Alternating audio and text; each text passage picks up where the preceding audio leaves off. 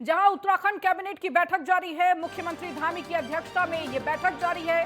सचिवालय में हो रही धामी कैबिनेट की ये बैठक कई अहम प्रस्तावों पर लग सकती है मुहर। तो ये कैबिनेट की बैठक है और इस बैठक में तमाम प्रस्ताव पेश किए जाएंगे। इस दौरान माना जा रहा है कि कई महत्वपूर्ण प्रस्तावों पर मुहर लग सकती है। तो अभी उत्तराखंड कैबिनेट की बैठक जारी है। मुख्यमंत्री धामी की अध्यक्षता में ये बैठक हो रही है। सचिवालय में ये बैठक आयोजित की गई है। तो धामी कैबिनेट की बैठक अभी भी चल रही है। तो कई अहम प्रस्तावों पर मुहर लग सकती है। तो देखिए, कैबिनेट बैठक में तमाम प्रस्तावों पर चर्चा की जाती है और जो महत्वपूर्ण होते हैं उत्तराखंड के विकास के लिए, उस विकास के पहिए को आगे बढ़ाने के लिए, उन प्रस्तावों को इस कैबिनेट बैठक के पटल पर रखा जाता है और इस दौरान जो महत्वपूर्ण प्रस्ताव होते हैं उन पर मुहर भी लगती है। तो माना जा रहा है ऐसे बहुत सारे महत्वपूर्ण प्रस्ताव हो सकते हैं जिन पर मुहर लग सकती है। धामी कैबिनेट उसको पास कर सकती है। तो उत्तराखंड कैबिनेट की ये बैठक लगातार जारी है। मुख्यमंत्री धामी की अध्यक्षता में ये बैठक हो रही है। तो सचिवालय में ये बैठक आयोजित की गई है। और अधिक जानकारी के साथ ज्ञानेंद्र तिवारी हमारे संवाददाता हमारे साथ जुड़ चुके हैं।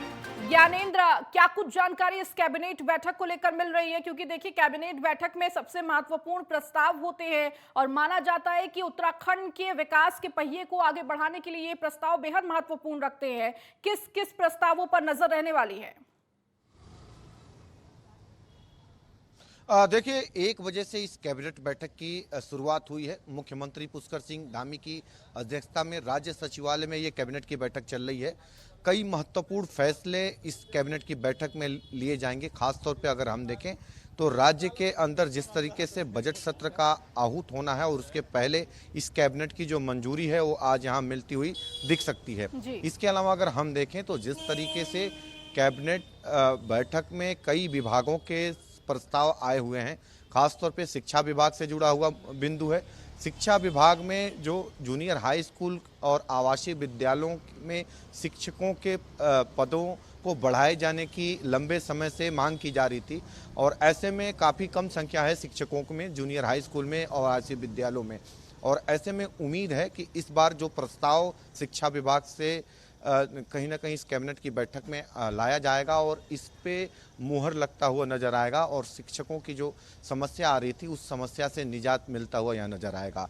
ये एक महत्वपूर्ण फैसला आज की इस कैबिनेट बैठक में सरकार लेती हुई नजर आएगी। दूसरी तरफ अगर हम देखें तो जिस तरीके से जो सरकार को देखा जाए तो जो बजट सत्र कराया जाना है जिसकी तारीख आने वाली है उसको लेके डिस्कस होगा। क्योंकि अगर हम देखें तो प्रदेश के अंदर कहीं ना कहीं भाजपा के जो रानीपुर से विधायक हैं आदेश चौहान, उनके लेटर पैड पे विधानसभा अध्यक्ष को एक पत्र गया है और जिसमें कि तकरीबन 40 से अधिक विधायकों का हस्ताक्षर है और भाजपा कांग्रेस के इसमें विधायक हैं। उनकी तरफ से विधानसभा का ये जो बजट सत्र है, हर बार देखा जाता है गैरसैंण में होता है, इसे कहीं ना कहीं देहरादून के विधानसभा में आहूत करने की बात कही गई है और कहा गया है कि ठंड चूंकि अधिक है गैरसैंण में, इस वजह से इसे देहरादून में कराया जाए। तो इसको लेके भी डिस्कस होना है और जो विधानसभा के सदस्यों का आग्रह है और तमाम ऐसी बातें हैं क्योंकि सत्र जो है गैरसैंण में ही होता है, तो ये भी आज फैसला हो सकता है कि जो सत्र है वो कहाँ कराया जाए। इस बात का भी इस कैबिनेट के अंदर फैसला होना है और कैबिनेट की जो मंजूरी है सत्र कराए जाने को लेके, तारीखों को लेके और कहाँ होगा, इसका भी इस कैबिनेट में मंजूरी मिलता हुआ नजर आएगा।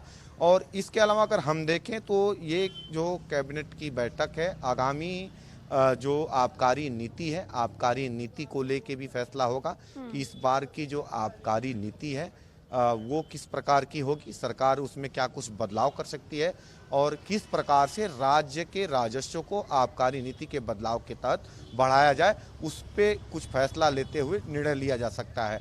तो कई मायनों में बेहद खास है इस बार की कैबिनेट बैठक, जहां कई विभागों के, चाहे वो शहरी विकास विभाग हो, इसके अलावा अगर हम देखें ऊर्जा विभाग है, कृषि विभाग है, तमाम जो विभागों से संबंधित प्रस्ताव हैं वो इसमें आएंगे और उसमें मुहर लगती हुई नजर आएगी। राज्य के तमाम कर्मचारियों के वेतन विसंगतियों से जुड़ा हुआ मसला है, वो भी लंबे समय से प्रयासरत हैं कर्मचारी, तो उनसे जुड़े हुए भी मसले हैं जो इस कैबिनेट की बैठक में आने की उम्मीद है। संभावनाएं है कि 1 से 1.5 दर्जन के करीब प्रस्ताव जो हैं वो कैबिनेट में आएंगे और जिसमें कि सहमति के बाद मोहर लगता हुआ नजर आएगा।